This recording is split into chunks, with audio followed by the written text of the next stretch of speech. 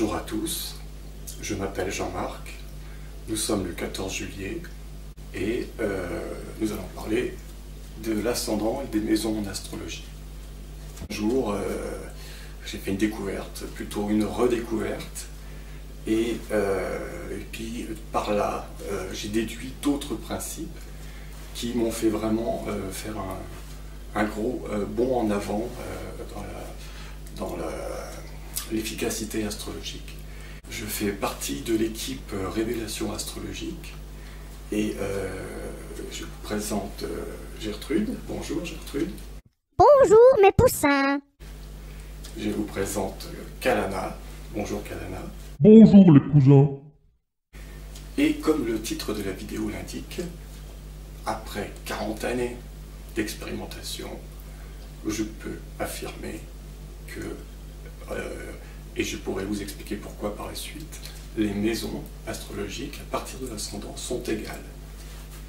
Pour les gens qui sont un peu débutants, je vais simplement vous expliquer comment les utiliser et comment s'en servir pour l'interprétation.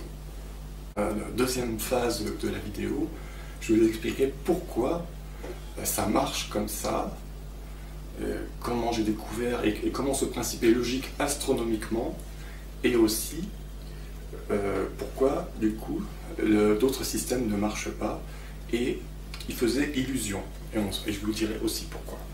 Voilà. Donc nous allons faire ce qu'on appelle en astrologie une carte du ciel simplifiée.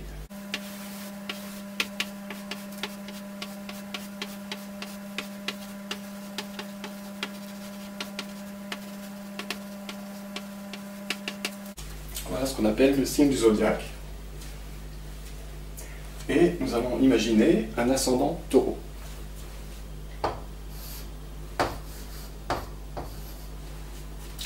On appelle maison. Si je suis à 16 degrés taureau, c'est très simple. Toutes les maisons seront à 16 degrés.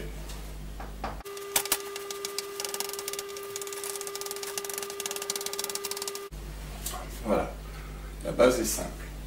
Ensuite, sur une carte du ciel, on y met des corps célestes, des planètes, les lunes, le soleil. Admettons, on a un soleil ici.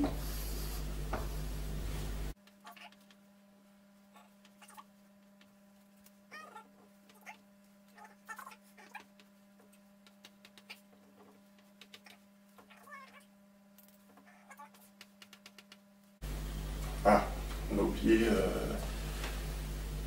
Cérès. Quand on fait, je sais jamais comment on fait, comme ça. Ici. Voilà. À partir de là, vous allez commencer à interpréter chaque planète, corps céleste, dans les maisons. Il faut savoir que plus, par exemple, une planète se rapproche de la pointe de la maison, c'est-à-dire le point de départ, plus ça sera fort. Par exemple. Voilà. Ensuite, deux planètes ensemble seront forts, et si ça touche la maison, il faudra tenir compte des trois phénomènes ensemble qui du coup seront plus forts parce que éloignés de la pointe du secteur des poissons. Voilà. Ensuite, d'après mon expérience, les maisons ne sont pas vraiment ce qu'on dit. Dans le système des maisons égales, on comprend que les maisons sont une exacte reproduction des signes du zodiaque. Donc, si ça vous aide pour les interpréter, vous pouvez oublier les numéros et mettre l'équivalent en zodiaque. Et vous verrez, votre interprétation sera bien meilleure. On peut mettre Bélier, on peut comparer aussi l'ascendant à Mars. L'expérience montre que Mars, c'est l'action, c'est la force, l'énergie physique, la force vitale. L'ascendant a la même valeur, ainsi que le signe du Bélier. Vous verrez quand même à l'interprétation que je vous expliquerai pourquoi cela est plus juste, mais pourquoi ça ne suffit pas à faire une astrologie valable. Ce n'est pas suffisant, parce qu'il y aura encore bien d'autres phénomènes à étudier que nous verrons dans d'autres vidéos, tout simplement. Mais ça fait déjà un bon point. Si on a cette bonne base, vous verrez, et qu'on comprend la logique de cette base, vous verrez qu'on va déduire beaucoup d'autres choses par la suite qui vont vraiment à développer quelque chose de très efficace. Nous avons cette maison 4 que j'interpréterai exactement comme le signe du Cancer ou comme une conjonction de Mercure à la Lune. L'effet sera le même. Et on verra qu'il y aura d'autres systèmes de maisons par la suite et des fois elles pourraient être valorisées autrement. Ça sera à voir selon quand on va appliquer les méthodes suivantes. Voilà, c'est tout pour l'utilisation des maisons comme principe de base. Maintenant, je vais vous expliquer comment astronomiquement ça marche. Il faut savoir que c'est bien pratique ces représentations de carte du ciel pour un astrologue, ça donne une bonne idée de synthèse. Seulement, astronomiquement, c'est source de confusion. Parce que sur des dessins comme ça, on mélange des paramètres annuels avec des paramètres journaliers et des fois des paramètres mensuels qui se superposent et qui des fois ne devraient pas l'être, ou de manière avec une vue un peu différente. Moi j'ai fait plus de progrès en travaillant sur des cartes du ciel plus réalistes. Encore mieux comme celle-là, où on voit la représentation en projection sur le globe terrestre. C'est très intéressant parce qu'on se rend compte que vraiment l'astrologie, c'est vraiment un effet géolocalisé finalement, et c'est vraiment la vision de l'endroit, l'interaction, les angles du soleil dans la journée, la latitude, tout ça sont très importants, et on comprend mieux le phénomène horaire qu'on peut distinguer d'un phénomène annuel. Et c'est ce qui se passe avec l'ascendant. Je vais vous expliquer comment. Donc, je dessine la Terre. C'est le trajet apparent du Soleil en un an, qui, vu de la Terre, donne l'impression de faire le tour de la Terre en un an. Et il y a bien un souci de compréhension, parce que le Soleil fait aussi le tour de la Terre en apparence en une journée. Mais ce sont deux phénomènes différents. Ça fait une illusion, mais c'est un paradoxe, et les deux tournent en sens inverse dans les apparences. Parce que ce qu'on appelle ça une progression secondaire. C'est pour ça qu'on fait des pointillés, parce que le Soleil, on le voit le jour, il disparaît la nuit, il revient pour retrouver une position décalée tous les jours. C'est ce chemin-là qu'on compte l'écliptique. Et on voit bien que c'est une question d'angle par rapport du Soleil qui va se lever tous les matins, parce que en réalité le Soleil ne fait pas un chemin comme ça par rapport à la Terre. Il fait une sorte de spirale. Quand il passe à l'équateur, comprenez bien qu'il se lève à votre horizon, si vous êtes ici, que votre ligne d'horizon par là, il se lève ici, exactement s'il est déjà à la hauteur là, il va se lever par là, et il va aller en apparence ici, et il va se coucher là-bas. Jamais il fera d'autres mouvements que ça. Donc tous les jours, il va faire une couche de spirale jusqu'à descendre dans l'hémisphère sud, et dans la limite des 23 degrés nord et sud. Et qu'est-ce que l'ascendant? Ça c'est très important de comprendre. À partir d'un ligne d'horizon personnel, c'est le point où le Soleil, dans sa progression annuelle, va couper votre ligne d'horizon. Et on appelle ça l'ascendant. Et votre ligne d'horizon, le Soleil, la coupe une fois par an. C'est ça qu'il faut comprendre. Parce que le lever de Soleil, c'est tous les jours. Mais le Soleil ne se lève pas à l'ascendant. Le Soleil va se lever par là, sur votre ligne d'horizon. Ça, c'est un lever de Soleil. Très important. On verra que ce qu'on pourra l'utiliser en astrologie, c'est capital par la suite. Mais c'est différent de l'ascendant. Et ça n'a pas les mêmes forces. Et ça n'a pas la même signification. Ça va préciser notre interprétation. Donc cet ascendant-là, c'est le soleil qui franchit. En fait, étrangement, il va descendre sous notre ligne d'horizon, ce qui va faire notre ascendant qui équivaut au bélier. Le bélier qu'on retrouve ici, quand le soleil coupe l'équateur.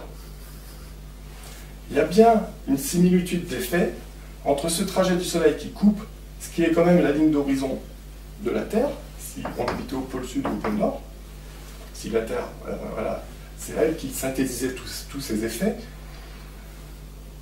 et en coupant notre ligne d'horizon, le même phénomène se reproduit, puisqu'on l'observe comme ça. Donc, comme le Soleil a une graduation, l'écliptique pour moi ce n'est que le trajet du Soleil, qui se divise en 12 parties égales, et on voit bien que ça n'a aucun rapport avec les constellations, parce que où que soit le point vernal, comme où que soit l'ascendant, l'ascendant fait un zodiaque qui n'a rien à voir avec les constellations. Ça change toutes les heures. Ça se décale par rapport aux constellations. Donc, entre parenthèses, ça montre bien qu'une astrologie de constellation, par rapport à ce type de zodiaque, ça n'a pas de sens. L'astrologie est bien un phénomène donc du Soleil et des planètes par rapport au Soleil et à la Terre. Donc le Soleil franchit notre ligne d'horizon personnelle une fois par an. Et il va faire le tour par derrière, il va franchir notre deuxième ligne d'horizon ici, qui sera le descendant 6 mois plus tard, malgré les rotations de 24 heures tous les jours. Ce qu'on a pris, c'est pour ça qu'en fait on va comprendre que le système Placidus, où on met un milieu du ciel,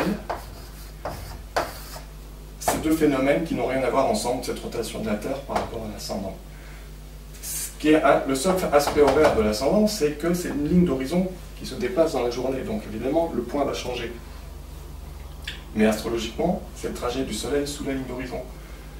Si on veut comprendre le parallèle avec le point vernal, tout le monde est d'accord de dire que le Bélier, c'est une fois par an. Le point vernal, c'est au printemps. Or, il ne va pas se placer tous les ans, il ne va pas se placer du tout au même endroit sur Terre. Il va être un phénomène horaire aussi. Seulement on l'oublie. Alors qu'en ascendant, on pense que c'est qu'un phénomène horaire, et c'est là d'où vient la confusion.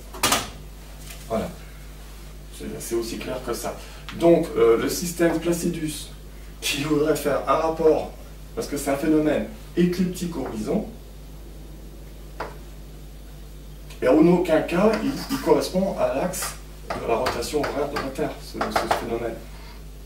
Donc, essayer de faire des maisons qui vont d'un phénomène horaire à un phénomène annuel qui est écliptique, ça n'a pas de sens. Et astrologiquement, ça ne marche pas. Si ça avait marché, on aurait bien trouvé, puisqu'en fait, ce qu'on veut, nous, c'est voir ce qui marche. Mais en l'occurrence, c'est le système là qui marche, des maisons égales.